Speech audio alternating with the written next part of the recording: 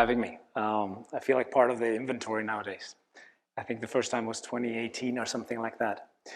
I'm here to share, and I always try to share, and ideally share things that you guys can take back to your operations, to your development, to your projects. And not only from a US point of view, but from a global perspective. We are present all over the world, so we sort of have the privilege of seeing what goes on in Asia, what's happening over in Europe, what's happening over here. The US is our biggest market. I think we do like 700 projects per year in the US. And as Michael said, he asked me to come and speak about the future. And I thought this picture, Michael, this one is for you. I took this in Lima. I went to try the world's best restaurant that's now there. And I'm going to talk about the future, but I'm going to talk about the future today. Because a lot of the things that for many we see in our day-to-day as something coming are actually already happening. And I'm going to tell you two stories, if you will. We are hearing here the challenges in the industry. I mean, it's almost like we could copy and paste the briefs we're getting for creating a new prototype or redesigning a brand or making it more relevant. It's, oh, I need a better product. I need consistency. I need more throughput. I need better equipment. I need experiences. We're talking before, they need to be memorable and relevant and, built for social media. And then the biggest is cost. We're hearing it all the time. The challenge of inflation, construction costs, material sourcing, etc. So we decided a few years ago, I think when we've done like 12,000 restaurants, that we would do an innovation lab and actually become operators. Have the other color of the lanyard and understand this industry. And, as long as we didn't lose money, that would have been a good investment. We're now into our 9th version of this iteration. And not only we've learned how to become operators, we're also franchisors. I want to start with giving a heads up and thanks for Stefan, our Belgian franchisee, for coming over. You didn't come from Belgium, you come from Beverly Hills, but it's close enough, thanks. So I'm gonna share some things. And the beauty is that most of what we do is under NDA. As you know, we have a lot of clients in the room. So now with our own concepts, we can push the limits and share and show what this looks like. So the first thing I'm gonna do, when I say in innovation labs, people think of sterile environments. This is our store in Nashville. This opened 6 months ago. And so you can see that for the guests, there's no differentiation. They don't know that we use this to really learn what are the things we can test, what are the things that we can evolve, how can we do things differently. And the beauty of not having a client, sorry clients in the room, is that we can, we don't even have to ask for forgiveness. We don't really have to ask for permission. So we can do whatever we want in these experiences.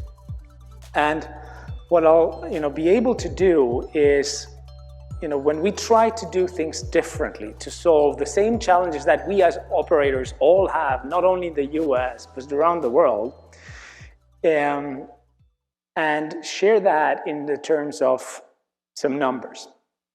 The first is we only open for dinner.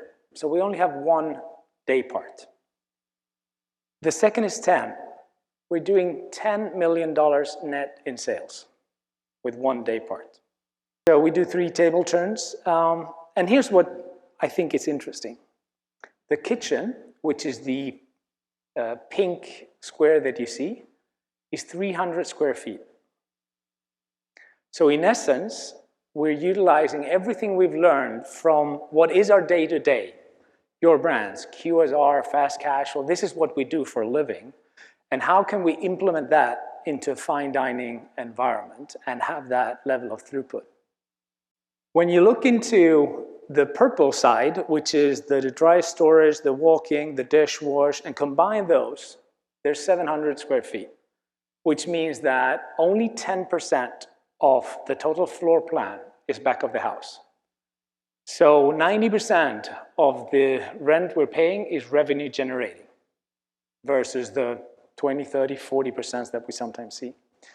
And the last, but probably the most interesting one is the 10-to-1 sales to CapEx ratio we have, which is unheard of in the industry.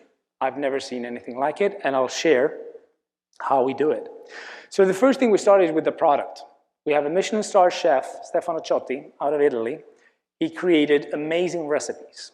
And we really re-engineered all those recipes and worked hard to make them in a way that they could be in system gastronomy and done at scale without actually having chefs in the kitchen. We have line cooks in the kitchen. So we created, really appetizing food that people really crave for. When we added the second layer that, is almost on every brief, is the experience. We have this cool vibe with DJ, girls' night out. It's incredibly popular. It's been the #1 most booked restaurant 3 months in a row on OpenTable. It's almost impossible to get a table. We wanted to be a little bit edgy, a little bit different. This is not a chain. This is a brand. The closest thing I could think of is Soho House.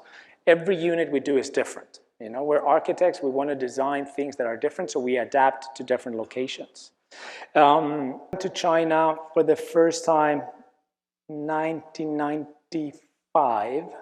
But that was 30 years ago. I was 21. I've been going since. Rebecca, our CEO, is here. We have office in Shanghai for many years. We understand the market. We know the market. So essentially, this whole restaurant was built in a warehouse in Guangzhou. I'm actually flying there after this conference, and then shipped to the US. And I'll explain more about tariffs and how that works. So we design it in a way that's really easy to assemble. And we do that at scale. Not only we're in Belgium, we're in 6 other countries and now scaling, and we're now scaling across the US with more corporate stores. All this store is a corporate store. So we just signed an LOI in Tampa and are coming to more states in the US. So I think this is an example. Sometimes people ask, Livit, what do you guys do?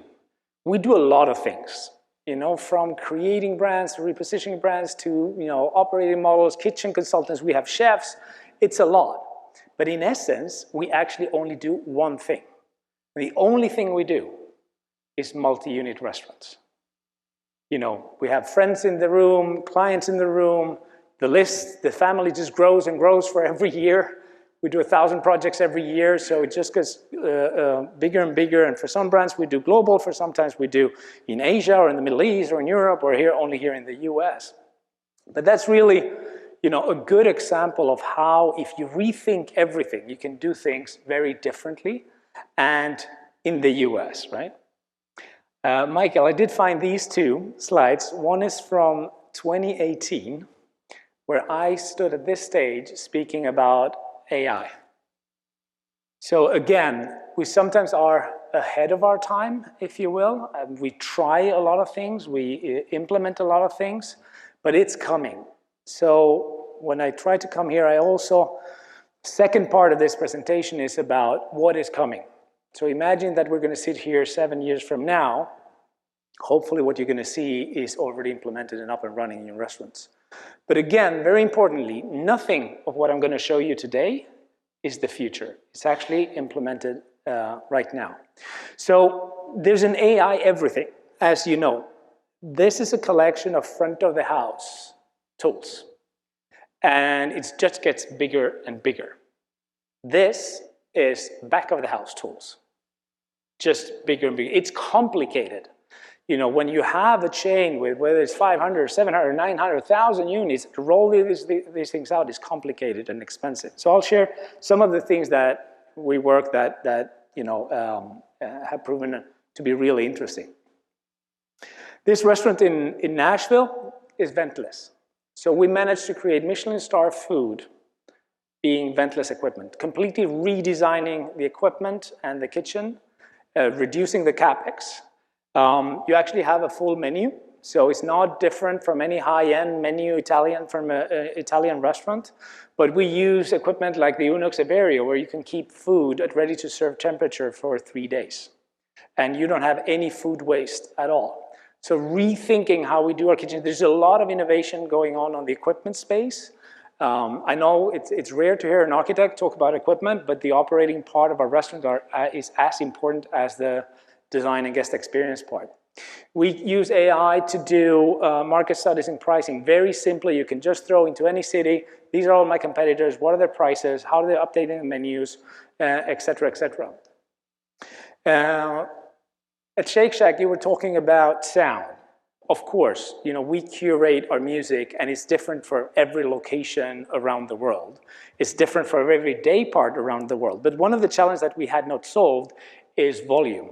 How do we make sure that the volume is right? So we've now implemented a system called Waved, where we can control the volume in every part of the restaurant depending on how many people are in the room. Because a Monday with 200 guests is not the same as a Monday with 30 guests. And that is algorithms driven by AI that can now control, and it's super simple. You control it on your phone. I live in Sweden, Stockholm. I can manage to control Nashville from my home. AI automated inventory management. We don't have to count anymore. There's now systems that, you know, using cameras for using that. And sorry, I'll go back a step. When people ask me what the future is, you know, 7 years ago I stood here and said it was AI. Now I stand here and say it's going to be three things. It's going to be visual, AI with visual cameras. It's going to be drones, and it's going to be humanoid robotics. The cameras are cheap. So we can now look at table management. You know, this is what an experience looks in real time. And, you know, what is the data that you can actually get from that experience and how you can share that with your operating team so you can really understand and map out the guest journey. This next slide is, you know, there's a talk about loyalty and recognizing your guest and who's my guest. This is from a Massive Attack concert where in real time you can scan and identify faces amongst the crowd. I read a story in the New York Times 2 weeks ago. There was a lawyer going to a venue in New York with his daughter to go to a show. He was stopped at the door because facial recognition identified him and flagged him as working for a law firm that has a dispute with the owner of the stadium. So it goes really, really fast. We're using cameras, you know, to train new team members, somebody that's never done a pizza. You can have a camera, you can see how he's doing and learn in real time. So this whole concept of de-skilling, you know, finding people that want to work in the restaurant that have never worked in a restaurant before can learn in real time. And not only you have the training point of view, you have the quality control point of view. And what is really, really interesting is the new scaling laws, right? So the lower line that you see is what AI used to be, or robotics, or whatever you want, is a lot of people coding. If this, then what? If this happens, I want you to do that. Then came the fleet model that was powered by ChatGPT. Suddenly we plugged intelligence into equipment. The third line is what is really fascinating, and I spend a lot of time on in China, which is the self-learning models. I'll share some of the things that are happening over there. This is a container that gets dropped off anywhere you want.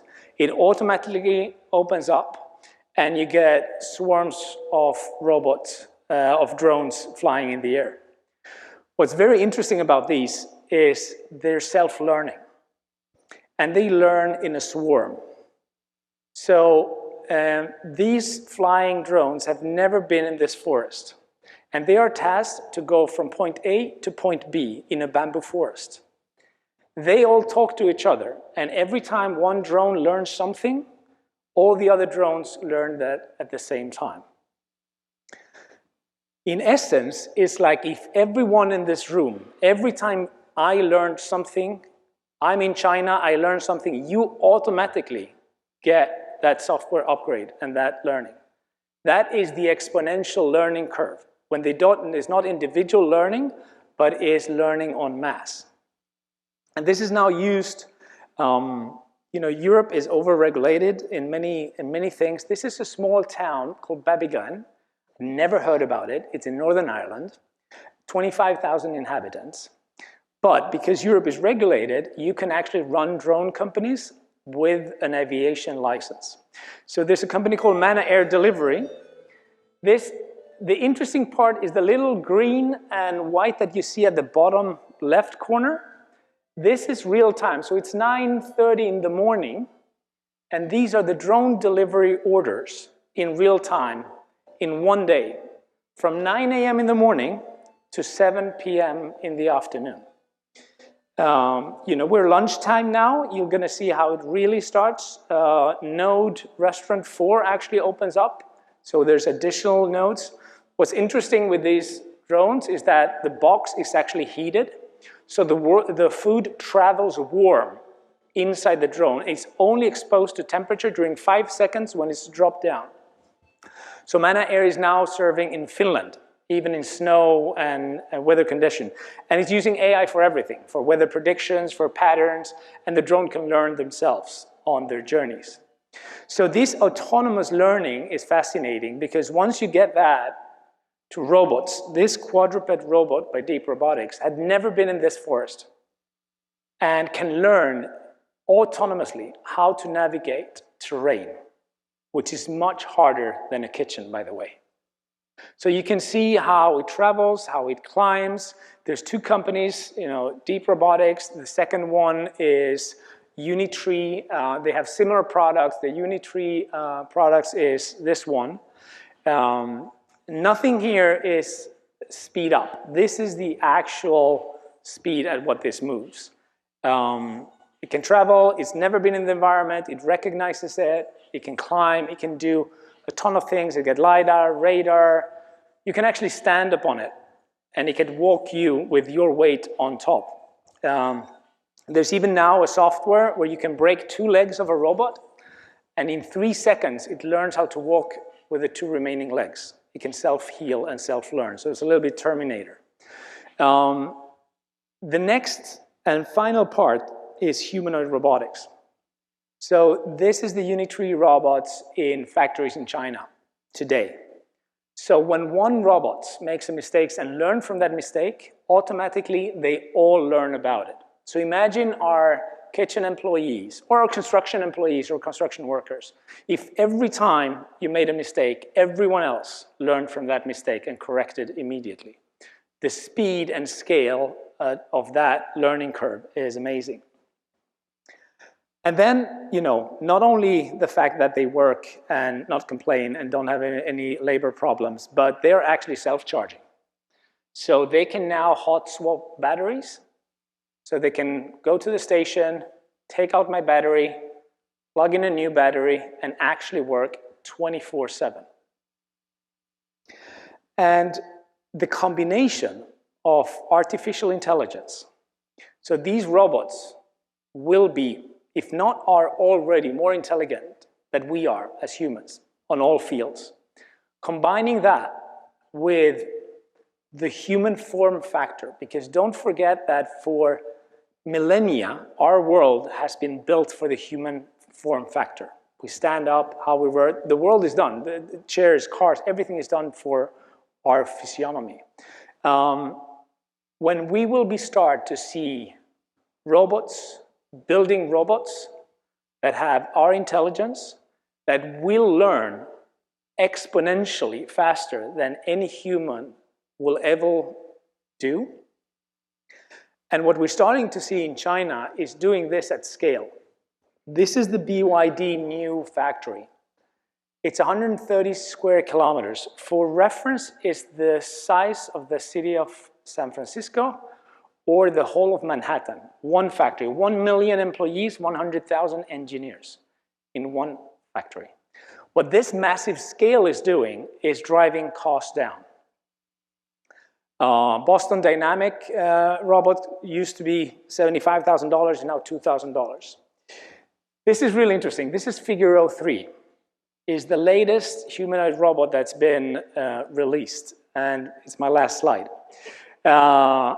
What's interesting is once we're going to get these humanoid robots, intelligent, working 24/7, self-learning, self-healing, we're all going to have them, but we're going to have them in our house.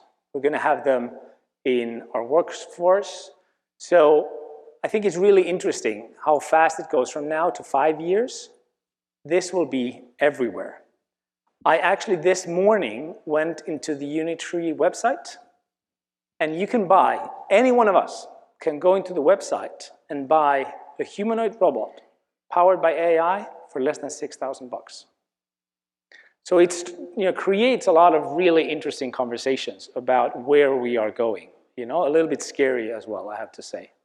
So I wanted to show you, what we've done, how we do things, and where things are going. If you want a copy of the presentations to bring to your teams, just scan the QR code and you can, connect with me. I'll be happy to share it.